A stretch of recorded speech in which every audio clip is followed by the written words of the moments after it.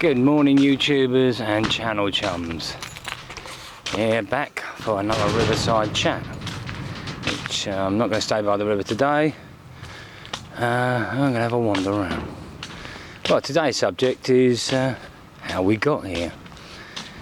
So, it started back in 2006, roughly. My darling wife, Carol, had watched a programme on the television about this English bloke who'd gone to France and he discovered this German concrete emplacement, and it had been buried basically since the war. Anyway, he started to dig about in it, and he brought all the land around it and started to excavate it. And she said, "Oh, why don't we sell up and see if he wants us to invest?" And I went, "Oh, okay."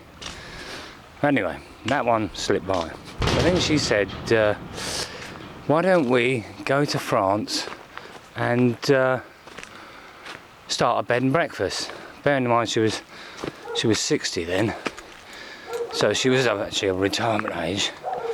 But so we went to France. We saw a couple of properties. It was a really nice one, and we put £5,000 down on it. And then it all went sort of pear-shaped, and so I just thought, "Hey, there you go, out £5,000, what can you do about it?" And she started looking around on the computer, and I said to her, "Look, it's not working out, leave it alone." She said, "Oh yeah, okay, no worries." So I'm at work, and I come home from work. She says, "Oh, Paul," she says, "I've been looking on the computer." She said, "I saw this program on Bulgaria and how cheap it was and how you could buy apartments and live off the profits." And I went, "Oh, okay." Anyway, she says, "Oh, there's this nice one, it's only £5,000. And I looked at it, and it was a bloody shed, basically.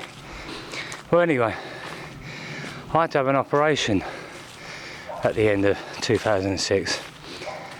I had to have an operation on my arm. So I was off work, and she booked us to come out in January.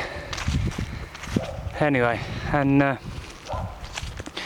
we'd seen this house, and we got out here, and the estate agents took us round. It was an old schoolhouse.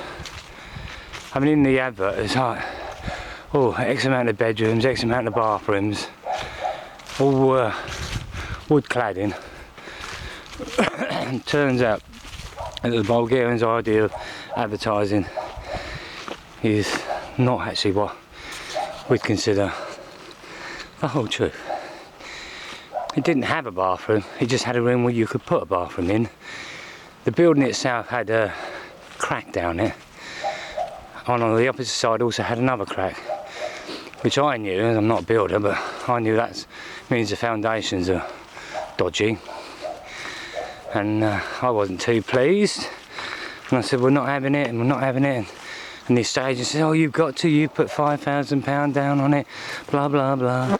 Anyway, she phoned up and found out we hadn't signed any forms, so they couldn't hold us to it.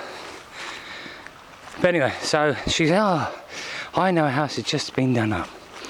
Anyway, we drive into the village of Rosno, we drive past this house, and Carol says, "Oh, that's the kind of house I'd really like," she says. And I went, "Oh, no." Anyway, turns out that was the house they were going to show us. And that was it. She was falling in love with it, and we were moving, and that was the end of it all. Anyway, when we first got the house, it was open. It had the bedroom doors were open to the elements and whatnots, so we had to have building work done. So we had that done, and they put this new extension on, put second-hand tiles. The first winter we were here, we had a really bad snow, and we didn't have electric for 3 days. But lucky enough we got the fire in so we could keep warm and make tea on top of the fire. But then we when the snow started to mount, we had water chucking in the new roof. All been fun. Eventually they came out after the snow had gone and redid the roof.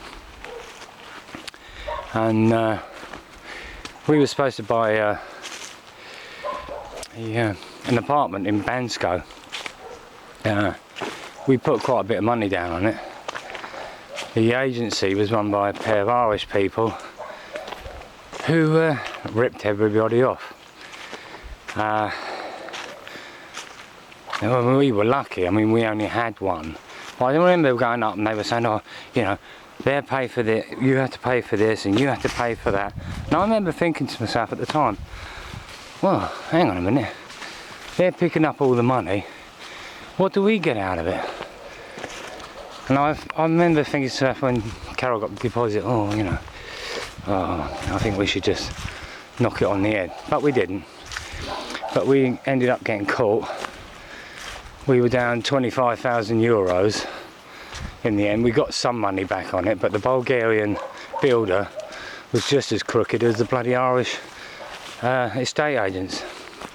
But we were lucky. I mean, there was one person we were told he'd got 4 properties and he'd lost the bloody lot. So I suppose you always got to look on the bright side of life, haven't you? Anyway,